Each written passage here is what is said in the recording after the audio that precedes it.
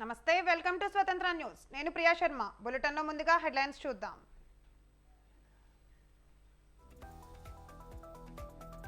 భీమిలిలో YCP ఎన్నికల శంఖారావం 175 స్థానాల్లో గెలుపే లక్ష్యంగా దిశానిర్దేశం చేయనున్న సీఎం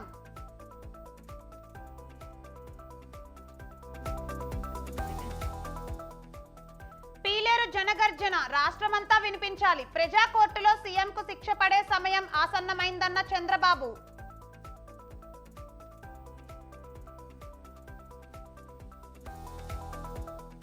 తెలంగాణను అభివృద్ధి చేసి కాంగ్రెస్ చేతిలో పెట్టాం కాంగ్రెస్ బీజేపీ రెండు ఒకటేనన్న కేటీఆర్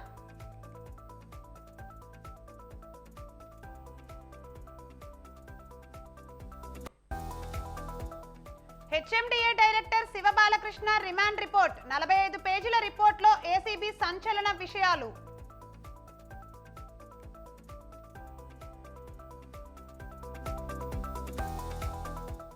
రేపటి అమిత్ షా తెలంగాణ పర్యటన రద్దు బీహార్ రాజకీయ పరిణామాలతో టూర్ క్యాన్సిల్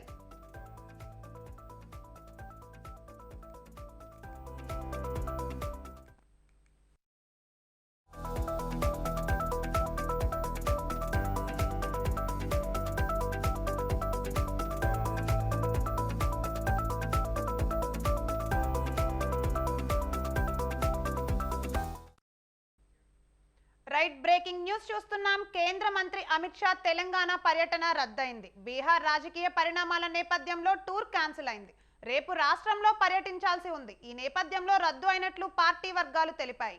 కాగా పార్లమెంట్ ఎన్నికలు సమీపిస్తున్న తరుణంలో తెలంగాణపై బీజేపీ నాయకత్వం దృష్టి సారించింది. అసెంబ్లీ ఎన్నికల ఫలితాలతో సంబంధం లేకుండా వచ్చే లోక్సభ ఎన్నికల్లో రాష్ట్రం నుంచి అత్యధిక స్థానాలు కైవసం చేసుకోవాలని చూస్తోంది. అందులో భాగంగానే అగ్రనేత అమిత్ షా పర్యటన జరగాల్సి ఉండేది. ఈ పర్యటనలో 3 జిల్లాల్లో జరిగే కీలక సమావేశాల్లో పాల్గొనేందుకు షెడ్యూల్ను సిద్ధం చేసుకున్నారు.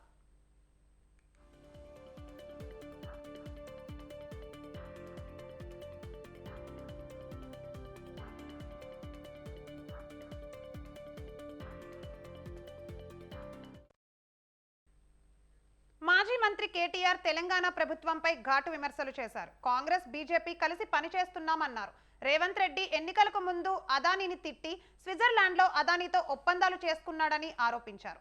ఇద్దరిని ఎమ్మెల్సీలుగా ప్రతిపాదనలు పంపితే తిరస్కరించిన గవర్నర్ ముఖ్యమంత్రి ఒక రాజకీయ పార్టీ అధ్యక్షుడు కోదండరాం పేరును ప్రతిపాదించగానే ఆమోదించారని అన్నారు. ప్రజలపై భారం మోపిన బీజేపీని మళ్లీ ప్రజలు ఆదరించడానికి ప్రజలు సిద్ధంగా లేరని అన్నారు.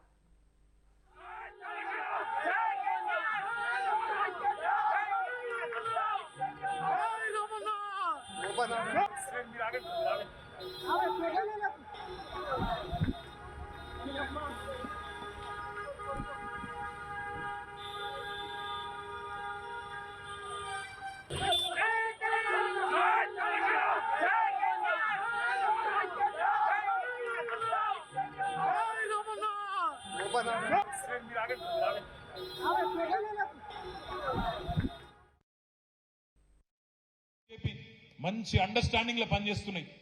బండి సంజయ్ ఏమో మనం కొట్లాడుకోవద్దు, బీఆర్ఎస్ ని దొక్కేద్దామంటాడు. రేవంత్ రెడ్డి గారు ఎలక్షన్లకు ముందేమో అదానిని తిడతాడు. గౌతమ్ అదానిని పొల్లు తిట్టిండు. ఏమన్నాడు? ఈ అదాని అంటే ఆయన మోడీ మనిషి, మోడీ తొత్తు, డబల్ ఇంజన్ అంటేనే ప్రధాని అదాని అని గొప్ప స్పీచ్లు ఇచ్చిండు రేవంత్ రెడ్డి. కానీ వెంటనే స్విట్జర్లాండ్ పోయి అక్కడ అదాని గారిని అలై బలై చేసుకొని అదాని గారు ఇప్పుడు చాలా మంచోడైపోయిండు, గంగల మునిగిండు, చాలా గొప్పవాడు, చాలా పవిత్రమైన మనిషి అని చెప్పి ఆయనతో ఒప్పందాలు చేసుకుంటా ఉన్నారు. అందుకే ఆలోచించండి, ఎవరితో కలిసి ఉన్నారు. నిన్న మీరు చూసింటారు, నిన్న మనము 4 నెలల కిందట మన డాక్టర్ శ్రవణ్ దాసోజు అదేవిధంగా కె సత్యనారాయణ గారు ఇద్దరిని ఎమ్మెల్సీలుగా గవర్నర్ గారికి ఒక కేబినెట్ లో తీర్మానం చేసి కేసీఆర్ గారు ముఖ్యమంత్రిగా ఉన్నప్పుడు ఒక ప్రపోజల్ పంపించినాం. గవర్నర్ గారు ఒప్పుకోలేదు. అదే నిన్న రేవంత్ రెడ్డి గారు పోయి కోదండరాం గారికి ఇంకొకలకు నామినేషన్ ఇస్తే వెంటనే ఒకటే క్షణంలో సంతకం పెట్టింది. నేను అడుగుతా ఉన్నా, మరి కోదండరాం గారు నిన్నటి దాకా మీరు సంతకం పెట్టినాడు కూడా ఒక రాజకీయ పార్టీ అధ్యక్షుడు కాదా? మరి ఎవరితో కలిసి ఉన్నారు?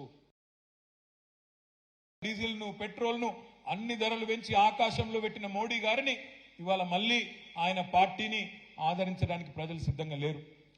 కిషన్ రెడ్డి గారిని కూడా నేను ఈ వేదిక ద్వారా విజ్ఞప్తి చేస్తా ఉన్నా, మీరు చెప్పండి స్పష్టంగా, జూబ్లీహిల్స్ నియోజకవర్గానికి ఏం చేసినారు, నీకు ఎందుకు ఓటేయాలా? సికింద్రాబాద్ లోక్సభ నియోజకవర్గానికి నువ్వు పార్లమెంట్ సభ్యుడిగా చేసిన పనేంది చెప్పి ఓట్లడుగు. ఎంతసేపు బుకాయింపు మాటలు, దబాయింపు మాటలు కాదు. కేంద్ర మంత్రిగా 5 ఏళ్లలో అట్టర్ ఫ్లాప్ మంత్రి ఎవరైనా ఉన్నారు భారతదేశం మొత్తంలో అంటే ఈ కిషన్ రెడ్డి గారే తప్ప ఇంకోరు కానే కాదు. అందుకే నేను మిమ్మల్ని అందరినీ కోరేది, రేపు సికింద్రాబాద్ పార్లమెంట్ పరిధిలో రాబోయే రోజుల్లో ఏప్రిల్లోనో మేలోనో ఎన్నికలు వస్తాయి.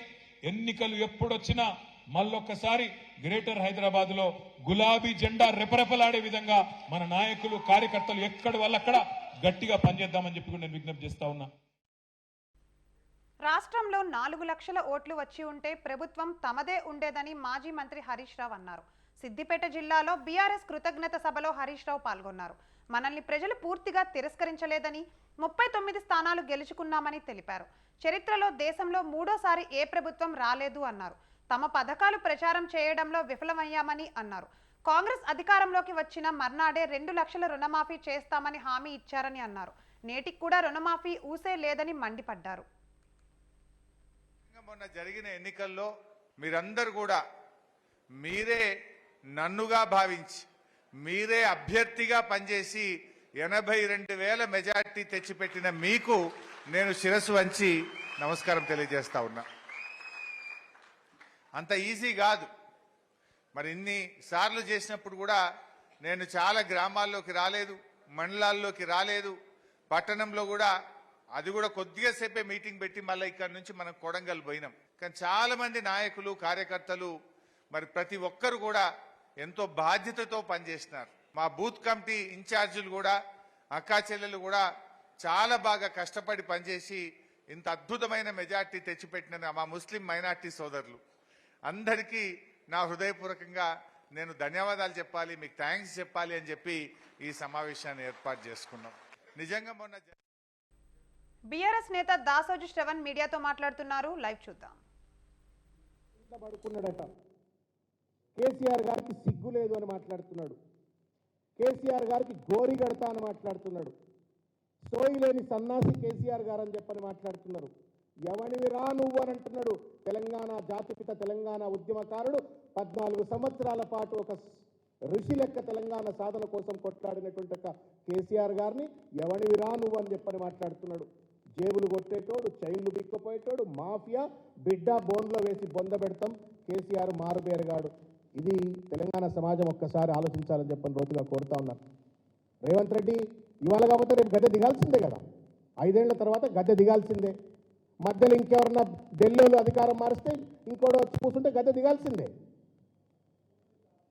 బుద్ధి జ్ఞానం లేకుండా, కనీస సోయి లేకుండా, చదువురాని సన్నాసి లెక్క ఒక గల్లీ పైల్వాన్ భాష మాట్లాడుతూ ఉండు రేవంత్ రెడ్డి.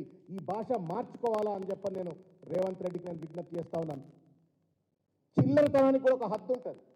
రోడ్ల మీద తిరిగినప్పుడు నువ్వు ఇంకేదో గోడల మీద రాసుకుంటున్నప్పుడు ఏం మాట్లాడినా చలామణి అవుతుంది. ఇవాళ ముఖ్యమంత్రి అయ్యా నువ్వు కేవలం నీకు నువ్వే ముఖ్యమంత్రి కాదు, మాకు కూడా ముఖ్యమంత్రే, 4 కోట్ల మంది ప్రజలకు ముఖ్యమంత్రే. సోయి తప్పి ఎట్లా మాట్లాడుతూ ఉన్నావు? కేసీఆర్ను గోరి కడతావు, 100 మీటర్ల లోతున బీఆర్ఎస్ను పాతి పెడతావు. అద్దం ముందు నిలబడి చూసుకో ఒక్కసారి, 3 అడుగులు లేవు భూమికి, 100 మీటర్ల లోతుకు నువ్వు బీఆర్ఎస్ పార్టీని బొంద పెడతావు. నిన్ను బొంద పెట్టరాదా? ఆ మాట మాకు అనరాదా? నీ పార్టీని బొంద పెడతావు లేదా నిన్ను బొంద పెడతామని అనరాదా? అంటే సభ్యత అవుతుందా? సంస్కారం అవుతుందా? ఇంకా కూడా చిల్లరగా వాడివిడి చప్పట్లు కొట్టడానికి, వాడితో అర్పించుకోవడానికి మాట్లాడేటువంటి ఔచిత్యమైందా ఇది? నాకు అర్థం కాదు. సంస్కారం నేర్చుకో రేవంత్ రెడ్డి, సభ్యత నేర్చుకో రేవంత్ రెడ్డి, కుర్చీకి హుండాతనం తెచ్చే విధంగా వ్యవహరించు రేవంత్ రెడ్డి. ఇకపోతే ప్రభుత్వాన్ని రోజు తిడితే కేటీఆర్ పెద్ద లీడర్ అవుతారా అని ప్రశ్నించారు తెలంగాణ ఢిల్లీ ప్రతినిధి మల్లు రవి. ముఖ్యమంత్రిపై కేటీఆర్ వ్యాఖ్యలను తప్పుపట్టారు. బీఆర్ఎస్ ప్రభుత్వంలో సెక్రటేరియట్ జైలు లాగా ఉండేదన్నారు. కాంగ్రెస్ ప్రజాపాలనలో రోజుకి 100 మంది సెక్రటేరియట్ కు వస్తున్నారని అన్నారు. ఫెవికాల్ బంధం బీజేపీ కాంగ్రెస్ కాదు, బీఆర్ఎస్ బీజేపీదే ఫెవికాల్ బంధం అన్నారు. బీజేపీ బీఆర్ఎస్ బంధం వల్లే కవితను అరెస్ట్ చేయలేదన్నారు.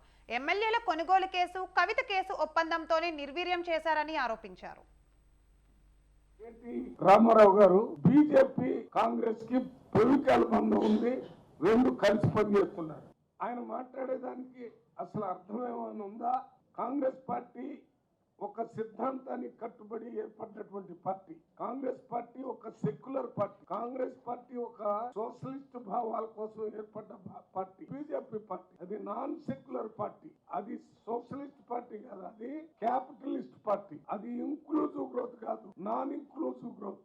ఇటువంటి సిద్ధాంతపరమైన పరస్పర విరుద్ధమైన సిద్ధాంతాలకు రిప్రజెంటేటివ్ గా ఉన్నటువంటి రెండు పార్టీలు కూడా రైలుకి పట్టాలే రకంగా సమాంతరంగా పోతాయో అంతే పోతాయి తప్ప అవి కలిసి ఉండేదానికి అవకాశమే లేదు. మొన్న జరిగినటువంటి ఎన్నికల్లో ఫెవికాల్లాగా కలిసి పనిచేసి బీజేపీ బీఆర్ఎస్ పార్టీ, బీఆర్ఎస్ వాళ్ళు బీజేపీకి, బీజేపీ వాళ్ళు బీఆర్ఎస్ కి ఓట్ ట్రాన్స్ఫర్ జరిగింది. బీజేపీ పార్టీ ఓట్లన్నీ. ఇవి బులెటిన్ అప్డేట్స్. కీప్ వాచింగ్ స్వతంత్ర టీవీ.